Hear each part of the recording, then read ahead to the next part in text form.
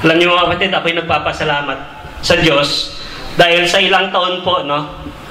Sa ilang taon po na pamamalagi ko dito sa simbahan na ito. For how many years? 4 years.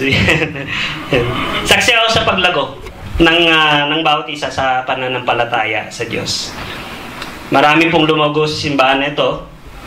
Lalo tigit saksi ako sa pagpapagamit ng bawat isa para sa ikalulahati ng Diyos. Lalo na nung nagkaroon ng E15. Talagang pinagpapasalamat sa Diyos yung mga ganong pagkakataon. Ngayon, hindi naman din lingid sa atin, mga kapatid, sa ang mga nangyayari sa mundo ngayon. No? Ang daming nangyayari. Ngunit, mas hindi lingid sa atin dapat na sa mga nangyayari sa mundo ngayon, no? Ay mayroon tayong dapat gawin bilang anak ng Diyos. Mayroon dapat hindi lingid sa atin. Bagamat marami nang nangyayari on our eyes, pero sa ating sarili dapat alam natin po ito. No? Kaya ako'y nagpapasalamat sa Diyos sa ginagawa ng mga simbahan na katulad ng GCC na meron silang evangelism. Yan. Napakahalaga po sa loob ng simbahan ang may evangelism. Napakahalaga po sa loob ng pamilya ang may evangelism. Napakahalaga po sa loob ng komunidad ang may evangelism. Or kahit pa saan po tayo magpunta, no? Napakahalaga na may bahagi po natin ang magandang balita or ang gospel. At yun po dapat ang hindi lingid sa atin. Despite sa mga nangyayari sa mundo ngayon. No? Kaya ang scripture po natin ngayon, araw, ay napaka-pamilyar po ito sa atin. Sobrang pamilyar po ito sa atin. At saka, isa ito sa paborito kong scripture. Buksan po natin ang ating mga Biblia sa Mateo, chapter 28, verse 18 to 20. Yan. Ayan. Okay. Yan, basahin ko po muna sa English, no? Yan, kasi ito, kabisado lahat ng ang English eh. And Jesus came and said to them, "All authority in heaven and on earth has been given to me. Go therefore and make disciples of all nations, baptizing them in the name of the Father and of the Son and of the Holy Spirit, teaching them to observe all that I have commanded you. And behold, I am with you always to the end of the ages." Basahin po natin sa Tagalog.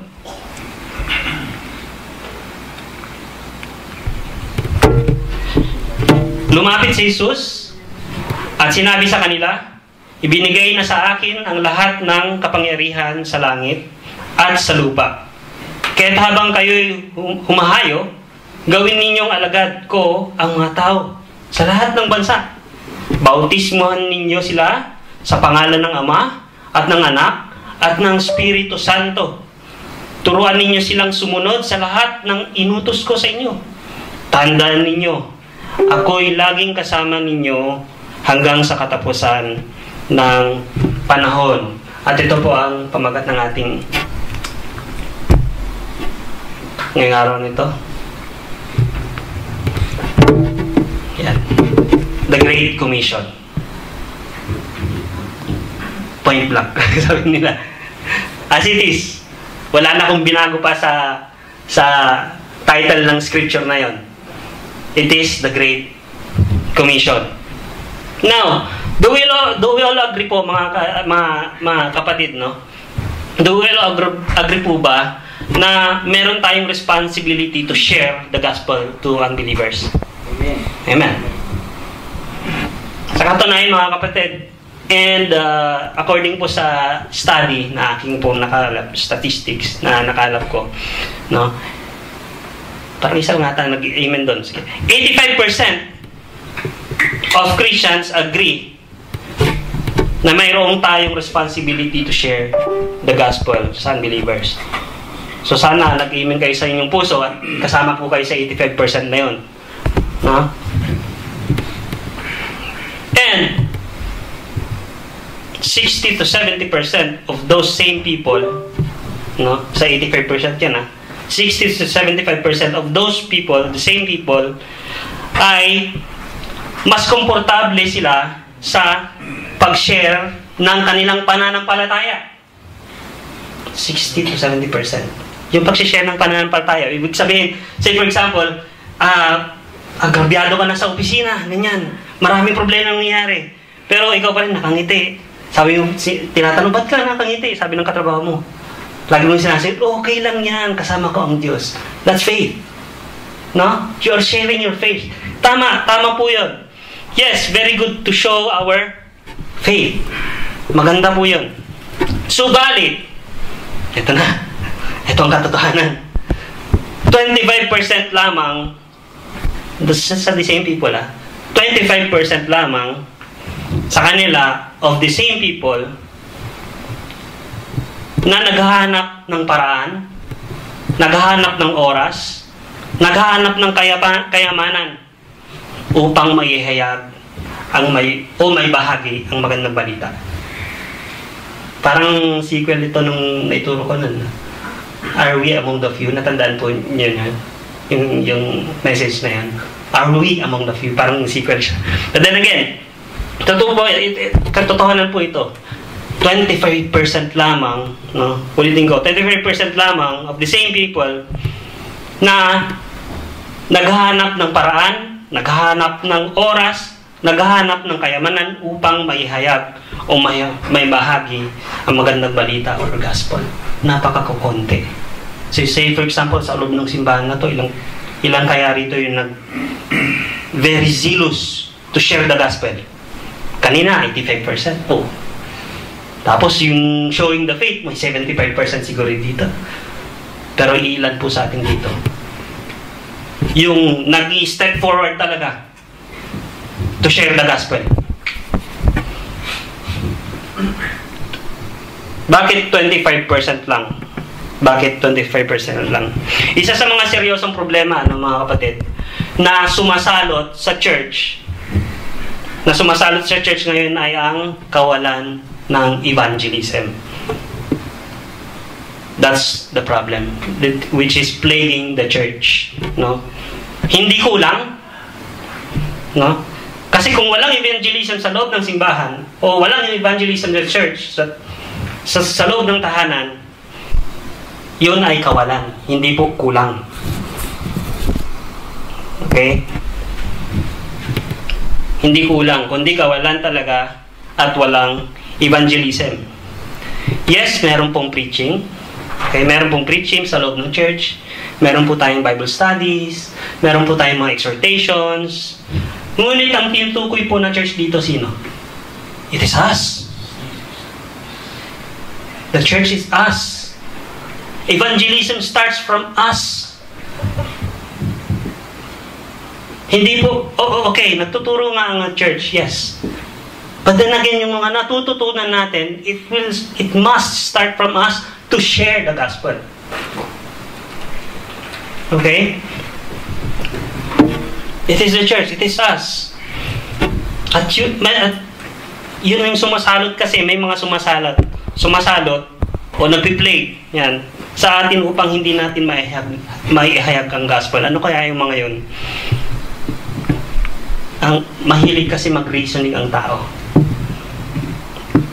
That's the truth. Mahilig tayo mag-reasoning masyado. Yun. At ano yung mga yun? Next slide. So mga dahilan kung bakit hindi ibinabahagi ng mga Kristiyano ang Ebanghelyo.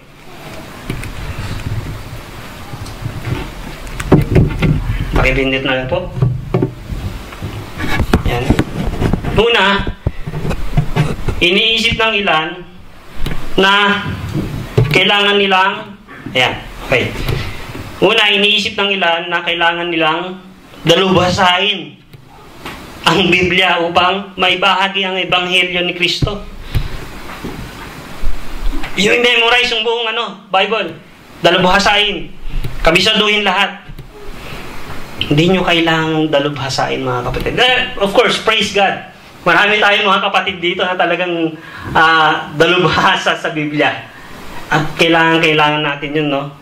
Of course, kailangan po nating basahin, pag-aralan, pagnilay-nilayan ang Biblia. Mahalaga po yun, napakahalaga po yun. Subalit, mga kapatid, sa pagbabasa natin ng Biblia, dapat nauunawaan natin. Nauunawaan natin ng sapat ang Ebanghelyo.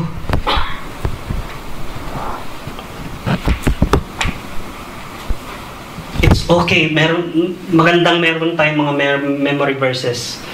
Pero kung nagsilbing memory verse na lang yun at hindi natin inunawa yun, then you're not ready yet to share the gospel. Kung hanggang post na lang tayo at hindi natin naiintindihan. And yet, it's, praise God, nakakatawa rin po yung mga nagpo-post. At least na-share nila. It's part of sharing the gospel. No? But when at times na tayo na po yung mag-share, kung hanggang memory verse na lang po tayo at hindi natin naiintindihan yung verse na share natin, then, magbasa ka ulit. No? It's not, hindi yung memory mo lang. No? Unawain natin yung banal na salita. Ano pa? Number 2. Oops. Yan. Ang iba ay natatakot na mawalan ng kaibigan. O hindi gustong kutsain ng iba. Totoo hindi? Totoo po yan. Natatakot po tayong makutsa ng iba. Natatakot po tayong mawalan ng kaibigan kapag sinare natin ang gospel. Even sa loob ng pamilya natin. Ano? Of course, nakakahinayang kung mawala sila. Pero mas manghihinayang ka kung mawalay ka sa Diyos. Kung mawalay tayo sa Diyos, mas manghihinayang po tayo. At mas manghihinayang po dapat tayo, no? Kung hindi natin na-share yung gospel sa isang tao at kinabukasan na wala na yung tao. No? Ang mga yung mga ganyang Christian are paralyzed by fear. They are paralyzed by fear of rejection. That's true enough. Are we like that, mga kapatid? Are we paralyzed by fear of rejection? We must be courageous. We must be courageous in sharing the gospel. Tandaan niyo, mga kapatid, katulad ng reminder po ni Apostol Pablo kay Timothy, and I am reminding and admonishing also sa inyong lahat. Ang sabi po ni Apostol Pablo kay Timothy, hindi tayo binigyan ng Diyos ng spirito ng kahinaan ng loob. No? Kundi spirito ng kapangyarihan, spirito ng pag-ibig at disiplina sa sarili. Yun po ang ibinigay ng Diyos sa atin. No? At dinugtungan pa ni Pablo yun. Kaya huwag kang mahihiyang magpatotoo tungkol sa ating Panginoon. Dahil ibinigay na ng Diyos ng lahat ng kailangan mo upang maihayag ang kanyang mga salita. Na?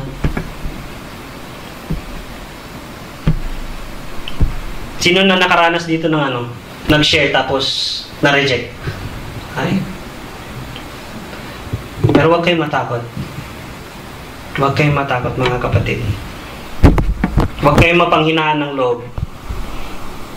Dahil the other way around, sige lang, patuloy lang.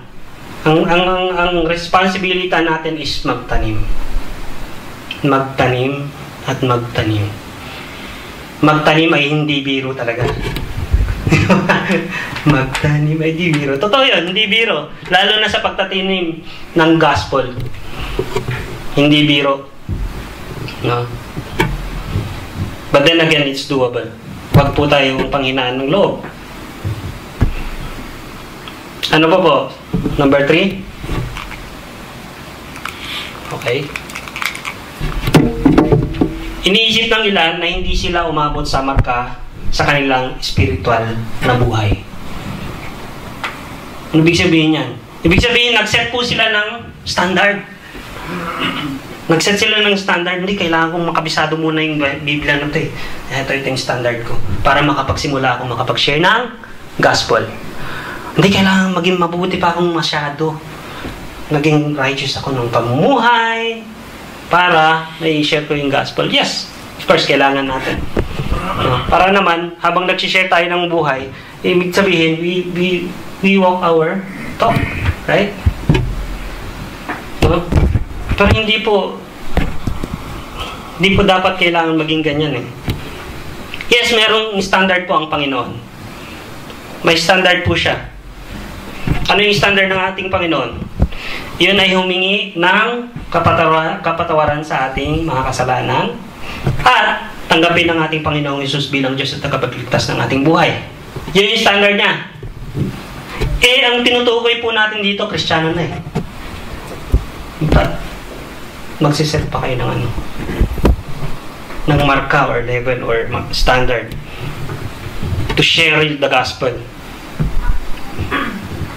And all you have to do, sabi niya, by hearing and hearing of His Word. Diba? Nagrarason po dito, Kristiyano na. Yung mga nagpipreach kasi dyan, masyado nang malinis eh. Hindi po. Sino bang malinis sa atin dito? Wala po. Wala po. Yung walang bahid dungis, yung nag-share lang ng gospel eh. Hindi po. Even the disciples, meron po silang mga dungis, bahid dungis. Even si Pablo, meron silang bahid dungis. Isa lang ang walang bahid dungis, ang Panginoong Hesus. No? And this must not be an excuse for us na mapigilan tayong i-share yung gospel. But it is a reminder that we need to clean up our lives. No? It is a reminder for us na each and every time na mag-share tayo, nare-remind tayo, oo nga no, nali bago ko i-share, ako muna. Pwede ba yun? Oo. Alam niyo yung pag-share ng gospel, it reminds us also for ourselves to be cleansed. No? It reminds us also na magpasakop sa ating Panginoong Jesus. It reminds us also kung sino yung nasa harapan natin, ang Panginoong Jesus. Dahil by that time, ang kaharap ng mga disipulo, ang ating Panginoong Jesus. And the same thing rin po sa atin. Sa bawat gising natin sa umaga, ang kaharap natin na kaagad ang ating Panginoong Jesus.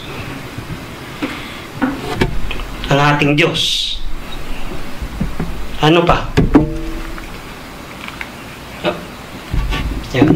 Maling akala ng ilan na sa kalaunan ay pahihintulutan ng Diyos ang lahat ng tao na makapasok sa langit. Sasabihin, yun bang oo, mabait naman yan eh. Pasok na yan sa langit. Kahit umuusok ng konti, pasok yan sa langit. Ang bait eh. Sobra. Binigyan ako ng candy kanina.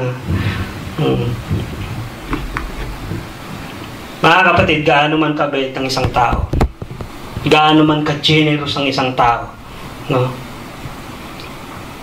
Kung hindi naman po humingi ng kapatawaran sa ating Panginoong Hesus, at hindi naman po tinanggap ang ating Panginoong Hesus bilang Diyos at tagapagligtas, hindi makakapasok sa langit ang taong ito.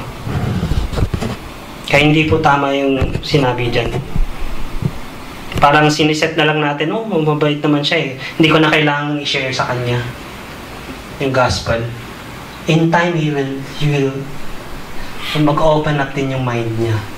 Eh, kinabukasan na wala na siya. Diba? Ang bigat tuloy ng dibdib natin. So, nasharean ko na lang sana siya. Alam niyo po, sabi sa James, para lang daw po tayong mist. Mamayat-mayat, andyan. Mamayat-mayat, wala na. Ganun po ang buhay. Para lang tayong mist. Nawawala. So yun po ang katotohanan. Hindi porket mabait, pasok sa langit. Hanggat hindi po tayo nagre-repent at hanggat hindi po natin natatanggap ang ating Panginoong Hesus bilang Diyos at tagapagligtas, para po sa nakikinig rin po, hindi po makakapasok sa langit. Katulad po, nang inawit kanina yung one way, Jesus, you're the only one that I can live for. Because He is the way, the truth, and the life. No one comes to the Father except through the Lord Jesus Christ. Wala. Kahit yung kabaitan na yan, hindi pasok. Unless, of course, pasok yung kabaitan na yan pag tinanggap natin ang Panginoong Hesus. Kaya nga mga kapatid, andito tayo. Yung reason na yan, andito tayo upang ihayag sa kanila ang katotohanan. Huwag natin isipin yung ganyang bagay na mabait naman eh. Hindi. Kay mabait, kay masama o kay mabait, let's share the gospel to them. Yan. Share na yung magandang balita.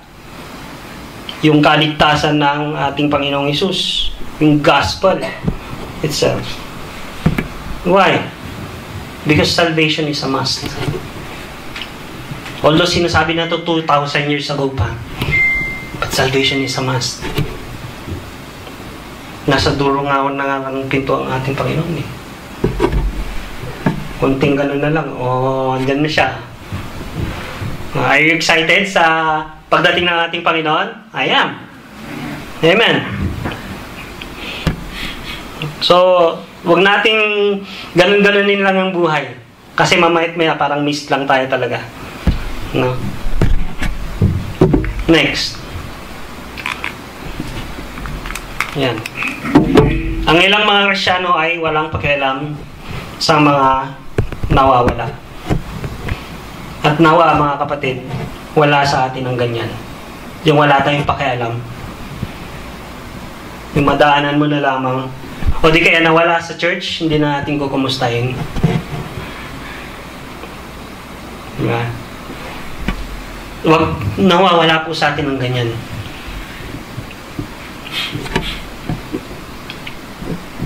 Baka lalo ito. Maraming mga Kristiyano ang nag-iisip na ang Ebanghelyo ay optional.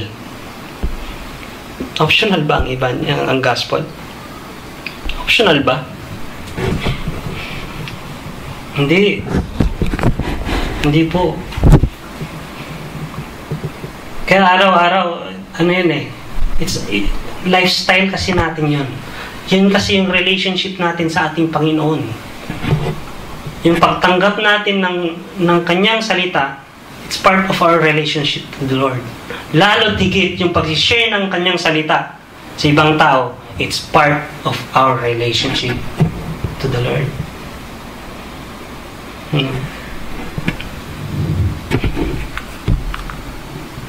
Alam niyo mga kapatid, yung Matthew 28:18-20, ang sabi sa atin ng teksto, ang evangelismo is not a suggestion. Kung we dig deeper to that, it's not a suggestion. Baka yung iba, iniisip nila suggestion yan. Kundi, the Great Commission. At yun po yung title natin kanina. Ano sa Tagalog yun? Ang dakilang utos. No? O ang banal na utos? Dakila. Banal kasi holy. Sa Tagalog talaga. Ang dakilang utos. O yung pagsugo. Bakit? Bakit kaya Great Commission yun? Bakit Great Commission yan? Bakit naging dakila? Dahil ang Panginoong Hesus mismo ang nagsasalita yan. Ang Panginoong Hesus mismo ang kausap ng mga disipulo dyan. And at that time, and until now, kapag binabasa po nawa natin yan, isipin natin ang ating Panginoong Yesus ang kumakausap sa atin. Hindi ba disipulo tayo ng ating Panginoon? Amen! We are! Kahit po yung mga nagtuturo dito, yung mga nag-exhort, they are still a student of the Lord Jesus Christ. Dahil marami pang revelation na kailangan nating malaman sa kanyang salita. At yung mga revelation na yon, yun din po ang may babahagi natin sa mga tao. And take note mga kapatid, noong sinasabi po yan ng ating Panginoon, this commission is given, is given, damay tayo. This commission is given by the risen Christ.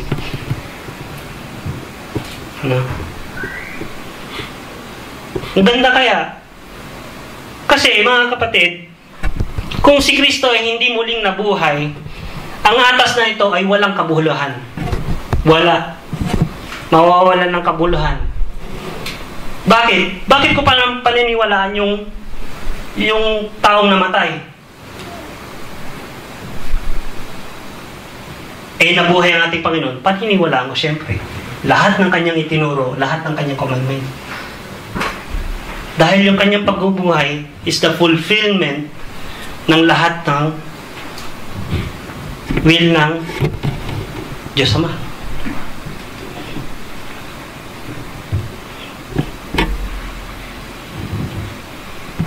Diba? Mawawalan po ng kabuluhan yung Great Commission na yan pag hindi muling nabuhay ang ating Panginoon.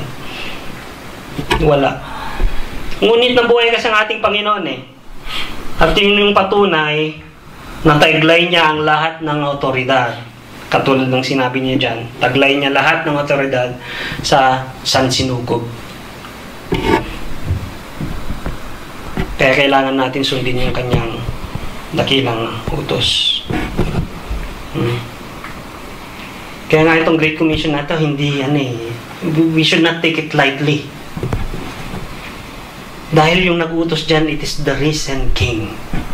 He is the risen King.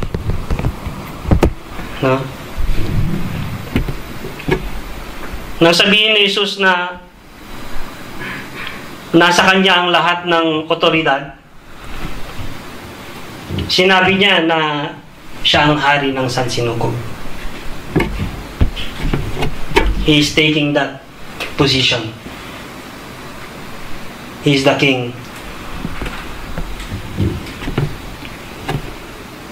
Hindi po ba yung naalala ko lang, Hindi po ba kung ang hari ng isang bansa, narito, ibang bansa, kung hari ng isang bansa ay mayroong inutos o mayroong decree, di ba sinusunod kagad ng mga, ng authorities down below? Di ba? O bakit ang utos ng ating hari hindi natin masunod-sunod? He's the King of Kings. Dito, pag mayroong bagong decree, sinusunod natin bakit ang ating Panginoong Hesus? Yung utos niya na noon-noon pa, bakit hindi po natin masunod? Hindi bagat tayo yung mga nakalista doon sa una kanina? Nawa hindi po, mga kapatid. Nawa hindi po. When we obey the Great Commission of our risen King, we are promised, tandaan niyo mga kapatid, we are promised with His power and presence. We are promised by His, or with His power and presence. Now, sa scripture natin mga kapatid, it can be divided into 3 parts, It can be divided into 3 parts. 3 bahagi ng dakilang utos. Una, inatasan tayo ng Panginoon na gumawa ng mga disipulo sa lahat ng mga bansa. Make disciples of all nations, hindi lang po sa mga Hudyo. Diba? Sa lahat po ng meron po na nandiyan sa Israel, hindi lang po sa Hudyo. kundi all the nations ang sinabi po dyan. Sa lahat ng bansa. So, whoever man po na makasalamuhan natin, no? Ay, huwag tayong mahiya na ihayag yung gospel. No? Huwag natin ikahiya. Kaya sa pag-atas ng ating Panginoon, John, according sa Scripture, ay meron sa papaanong paraan. No? Papaanong paraan na magagawa ng disipulo, na magkaroon ng disipulo sa lahat ng bansa. Sa papaanong paraan kaya? Sa utos ng ating Panginoon, sa Scripture natin. Una, of course, may paghayo. Katulad ng sinabi natin kanina, evangelism must start from us. May paghayo po. Hindi lang po tayo nakaupo, dapat. No? Making disciples involving going. Go, sabi niyang ganoon sa English. Go therefore.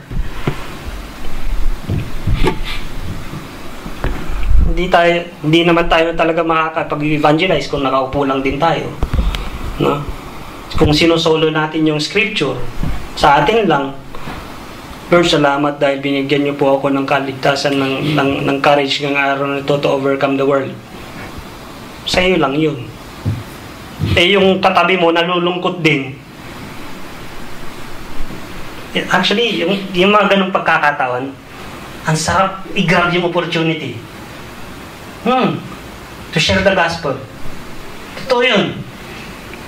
To all the nations. Maalala ko nung doon pa ako lagi sa Alcarge na gano'n. Pag meron kasing umuwi ng mga Indiano, kakasabay ko, ako na yung nagsasakay sa kanila. Tapos sabi, dati ko, sabi nga, sa trabaho natin, sobrang dami mo nang ginagawa, nakakangiti ka pa rin. Neto na, sabi ko na, doon ko na siya pinapasukan ng gospel. Hanggang siya na yung umaayaw. But then again, ang importante doon, nagpunla po tayo. Grab that opportunity. For any instances na meron tayong makitang tao na nalulungkot o na may kasiyahan, grab that opportunity to share the gospel. No? Hindi yung nagti-TikTok na lang. Buong maghapon nagbabrowse ng Facebook kanya, mamaya nasa face niya na yung cellphone. Kasi tulog na. Na-experience na yan. Nariglag sa mukha.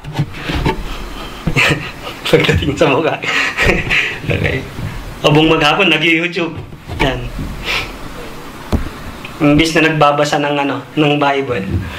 Wala, buong maghapon. Wasted. Ang bilis ng oras, sa totoo lang, nang nagpe-Facebook ka lang, mamaya 2 hours na pala yung nakalipas. Sayang.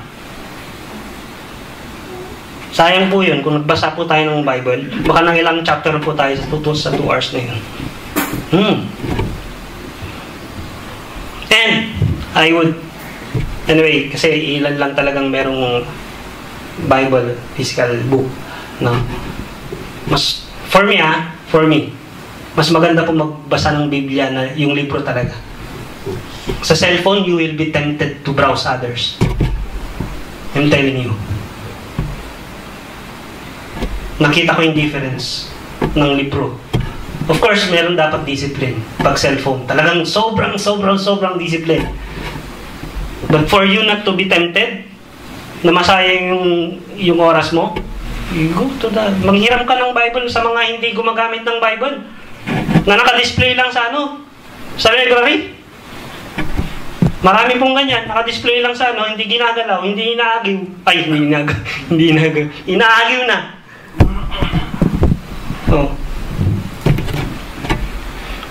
Manghiram po kayo.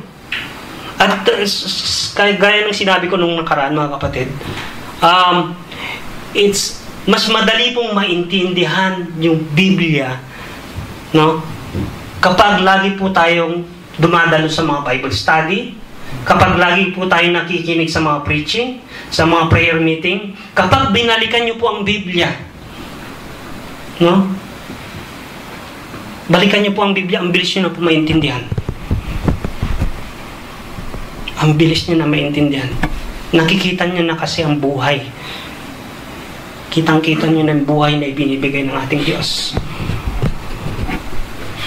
So, I admonish each and everyone to read the Bible. Wag lang pong Facebook maghapon. Yun. Magbasa po tayo. So, ano po yung patunay na humayo yung mga disipulo? Tignan po natin sa Book of Acts. Andiyan po sila. Humayo po sila dyan. No? Until the ends of the earth and preach the gospel. So, we must go to reach the people na hindi pa naniniwala sa ating Panginoon Jesus. To preach, to teach the gospel. Ano pa? Yan. Bautismohan ninyo sila sa pangalan ng Ama, ng Anak, at ng Espiritu Santo. Dito, inutusan ni Jesus ang kanyang mga alagad na gumawa ng mga alagad. Kanyang mga alagad gumawa ng ano nga naman. Yung kanyang disciple to make disciple. Right? Yan. Sa lahat ng bansa sa pamamagitan ng pagbabautismo. Sa pamamagitan ng pagbabautismo sa kanila. Kailangan nating akayin kasi yung mga tao kay Kristo sa paraang tunay. No? Sa paraang tunay ang kanilang kaligtasan. Yun. Hindi sa kung kaninong Diyos-Diyos yan. How? How? Mayroon dapat silang, of course, public declaration katulad ng ginagawa. Lahat naman ng Kristiyano, dumaan po rito. They must undergo into baptism to declare yung kanilang pananampalataya sa ating Panginoon ay totoo.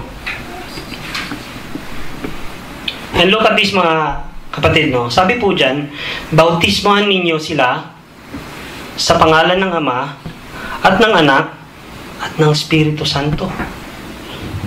Sa pagsama ng kanyang sarili, ang ating Panginoong Hesus, sa pagsama ng kanyang sarili sa listahan ng Ama at ng Espiritu ng Diyos, no? Ipinapahiwatig o ipinapahayag ni Jesus na siya ay banal at siya ay Diyos. You see that? You see? Tapos sasabihin nila, hindi sinabi ni Jesus na siya ay Diyos. Ano yan? Bautismohan ninyo sila sa pangalan ng Ama, ng Anak, at ng Espiritu Santo. Hindi pa ba sapat na patunay yan? Hindi pa ba sapat na patunay o di kaya sagot? Isasagot natin sa mga nagtatanong na hindi niya sinabing Diyos siya eh. Ayan po. Ayan po ang patunay. Kaya wala tayong rason upang hindi natin gawin ang kanyang utos. Dahil Diyos na mismo ang nagsalita. Right? I hope tumiti mo sa ating mga puso. Don't take it lightly. Yung Great Commission na ito o kinabisote lang natin sa ating isipan. Alam ko na yan. Matthew 18 to 20.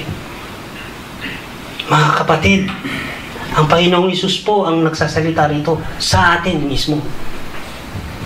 Bilang kanyang disipulo.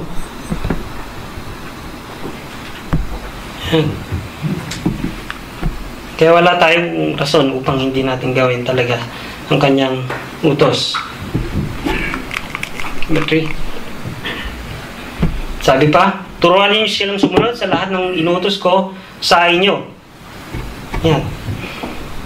Inutusan tayo ni Jesus na pumunta sa lahat ng bansa sa mundong ito at gawin silang mga alagad ni Kristo. We don't merely inform the mind of the people. Hindi lang natin sila dapat ini-inform. No? Yung pag-share natin ng gospel, we are not informing them only. kundi may paghimok po dapat. Yung pag-share natin ng gospel, may paghimok po. Hindi basta binitaw mo yung yung word ng ating Panginoon. Dapat ibig sabihin na may paghimok, meron silang somehow, they felt what you are really saying from the gospel. Mararamdaman nila yun. Yung iba talaga, ayaw na eh. Paniniwala mo na yan. So ibig sabihin, okay na yun.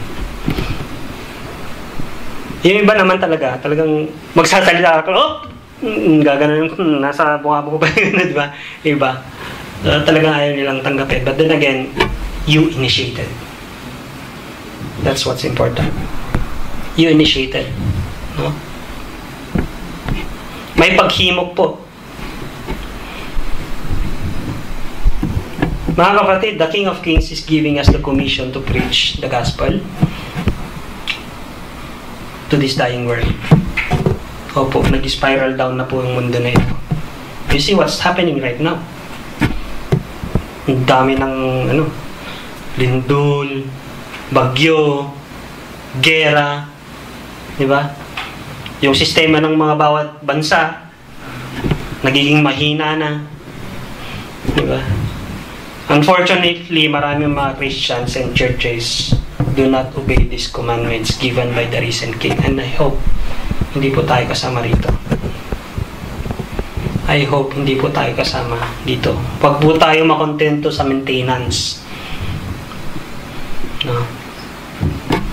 Huwag po tayo makontento sa maintenance. We are called for a mission.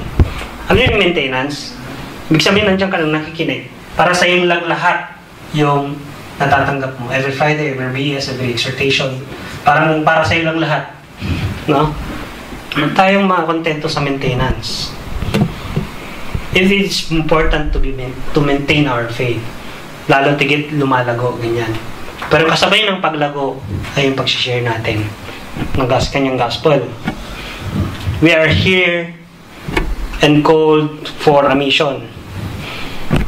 No? If we truly have a life-changing encounter with the risen King, with the risen Christ, you will share the gospel with the lost.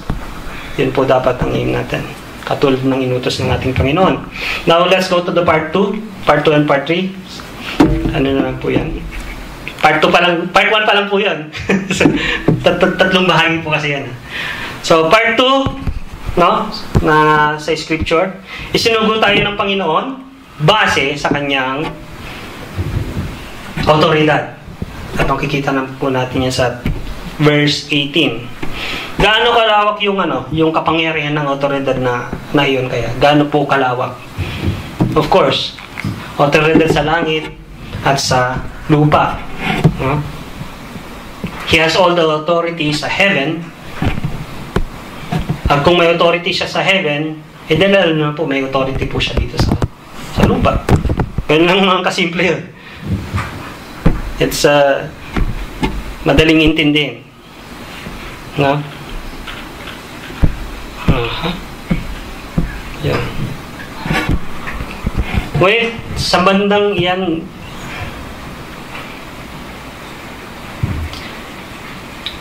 it is sa 18 kasi sinabi po dyan sa 18, no? Kasi yung verse. Aba, meron verse na wala. Sabi sa Tagalog. Ang sabi sa 18 kasi, very crucial tong part na ito eh. Lumapit si Jesus at sinabi sa kanila, ibinigay na sa akin ang lahat ng kapangyarihan sa langit at lupa. That's very crucial sa part ng ating Panginoon. He is claiming everything from heavens and earth. Lahat ng authority nasa kanya. And that's very crucial. No? Bakit? Kasi kung babalikan niyo yung 16, 17, doubters yung mga tao dun. Lalo pa, binanggit ng ating Panginoon yan. See? Pero yung tapang ng ating Panginoon, no? andun, sinabi niya talaga. He is bluntly saying, I am God. All the authority. No? All the authority ay nasa sa kanya na. Kaya wala tayong rason na hindi tayo humayo. Because the authority, andyan yung authority natin ng ating Panginoon. Ano pa yung mga patunay, no? Na meron siyang authority. Siya yung authority of the heaven and earth. No? Makita po natin dyan, di ba? He has the authority to forgive sin. He has the authority to mediate to the Father. He has the authority to send the Holy Spirit. He has the authority to open the hearts of the minds of His people. Di ba, nung hindi tayo nakakakilala sa ating Panginoong Jesus, mamaya sa kapakikinig natin. Right? And that authority came from Him. No? He has the authority to reveal the Father. He has the authority to give eternal life to whom He chooses. He has the authority to rise us up on the last days. Last day pala, last day. Kasi, yun. See, yung mga authority, marami pang iba na authority ipinakita ng ating Panginoong Hesus sa Biblia. At bakit hindi natin sinusunod yung kanyang command na iyan? He has the authority to send people sa inyong harapan to share. Ang problema lang kasi sa atin na we don't make the first step. No. But then again, nawa, hindi po tayo ganon. Kasi ang ating Panginoon ay may otoridad sa buong sansinukob. There is no power in us. No, there is no power in us. But Jesus has all the power and authority. All we have to do is magpasakop sa ating Panginoon. Ibinigay niya ang kanyang dakilang utos batay sa kanyang pinakamataas na otoridad. He is God. Yan yung pinakamataas na otoridad niya. We are servants of a master who has authority in heaven and on earth. At ang ibig sabihin, mga kapatid, saan ka man magpunta, sa school, sa workplace, anywhere you go, no? Go out and minister with the authority of Christ. Hindi yung sarili natin. We must, pag nag-share ka ng gospel, manghihina ka talaga kung sa tayo lang. But we must remember, we must go and minister with the authority of Christ. No? Whether the government gives you the freedom or not, ang authority ng ating Diyos ang panghahawakan natin to share the gospel. Gusto niyo ng example? Dito. Right? Bakit tayo nagpapatuloy ng ganito? Because of the authority of the Lord Jesus Christ. Right? Because of the authority of the Lord. No? Lastly, sa pangatlong bahagi. Ipinangako ng Panginoon ang kanyang permanenteng presensya. Sa Matthew 28:20. Sa verse 20 po yan. Ngayon makikita po natin dyan ang sabi sa Tagalog, tandaan ninyo. Sabi niya sa Tagalog. At sabi po sa English, behold. Sa verse 20, kung may Bible po kayo, no? Pwede nyo basahin. Sabi po sa English, behold. No? Ano po ibig sabihin ng behold? Parang babaw kasi ng English tsaka Tagalog, no? Pero balikan po natin yung pinaka-root niya. Greek. Mas i-expound natin. Ano ba yung word niya sa Greek? Iduo. Sabi niya ganon. Which means, in plain English, napakaiksing napakaiksing word. Iduo. Which means, pero, ang ibig sabihin niya, if you go deeper, pay carefully attention to what follows. Ano yun? Because this is important. Sabi niya ganun.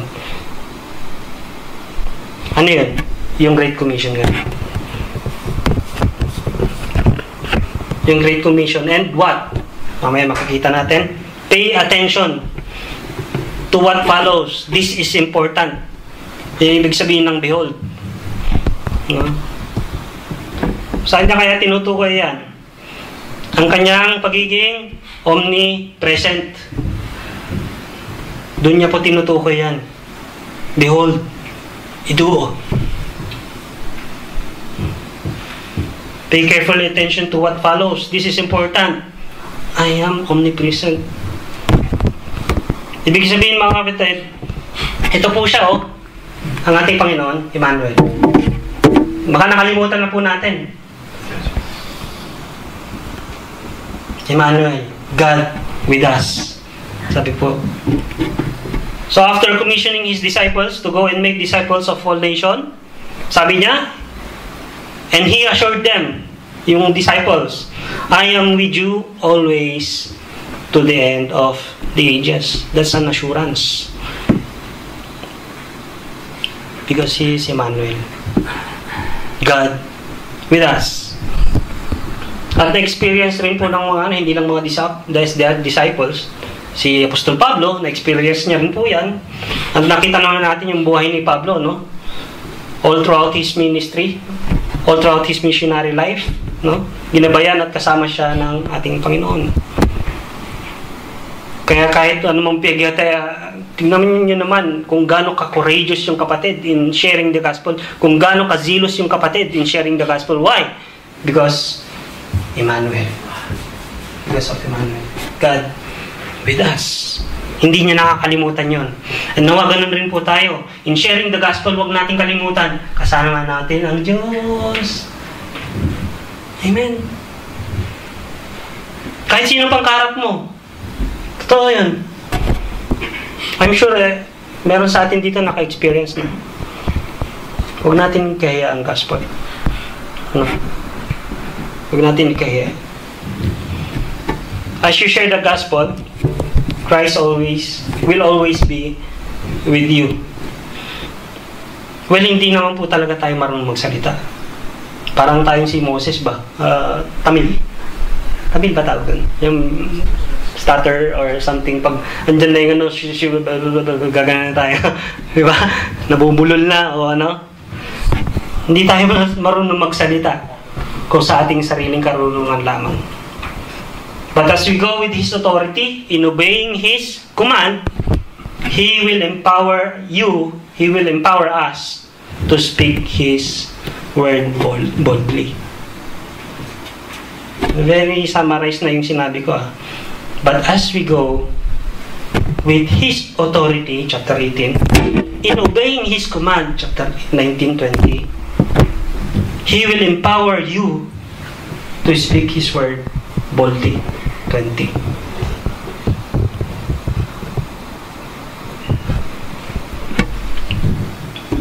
See?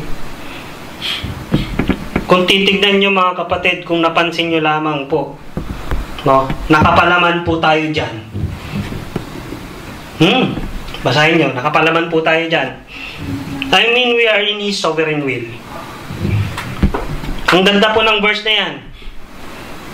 He's showing His sovereignty. Look at the first verse. Andun na ang ating Panginoon agad, declaring His authority over anything and everything. No? And look at sa bandang huli, His assurance that He is with us all the time. You see? At dun tayo sa gitna, So ano pang ikakabahala natin kung ang ating Panginoon nasa unahan na, nasa hulihan pa? Amen? That is why, no? He assured us that He is with us all the time. That is why we say God is good. And all the time. Yan po yan. All the time. Nauna na siya sa atin. At kung atras tayo, nandun pa rin siya. Sa 20. God is good all the time, and all the time, God is good. Huh?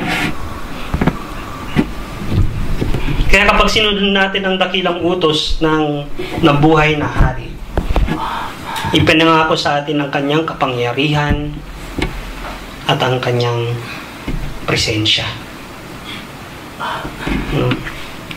At sa ating pagninilay, mga kapatid, sabi po sa mga taga-Roma 10:15, at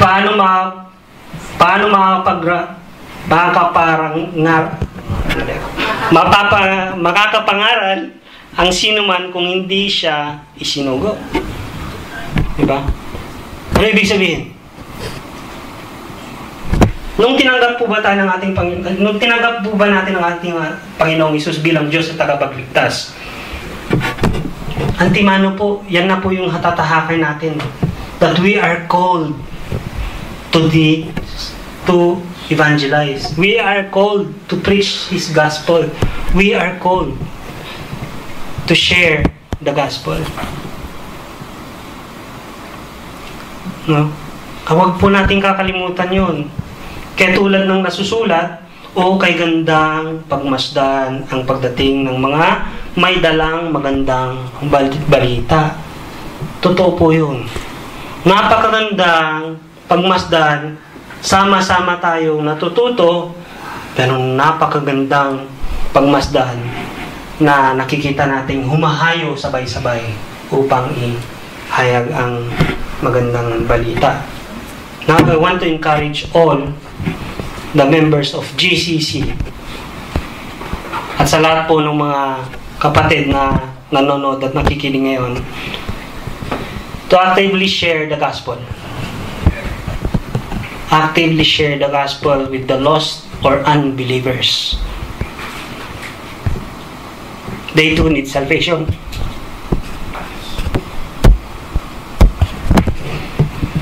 Wherever we are, I admonish each and everyone to share the salvation and lead them to Christ. And I'm also praying, sa GCC that the Lord will rise up Christian workers, lalo tigit sa pag-share ng gospel. Kaya huwag niyo pong kaligtaan yung mga natututunan niyo sa evangelism. Napaka-importante po yan. Ihayag niyo kaagad, mga kapatid. Dahil hindi niyo alam yung taong, baka yung taong mahal niyo, kinabukasan wala na.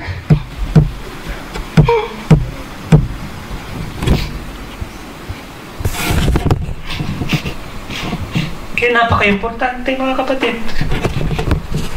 Share the gospel at once, for the salvation of many, and for the glory of God.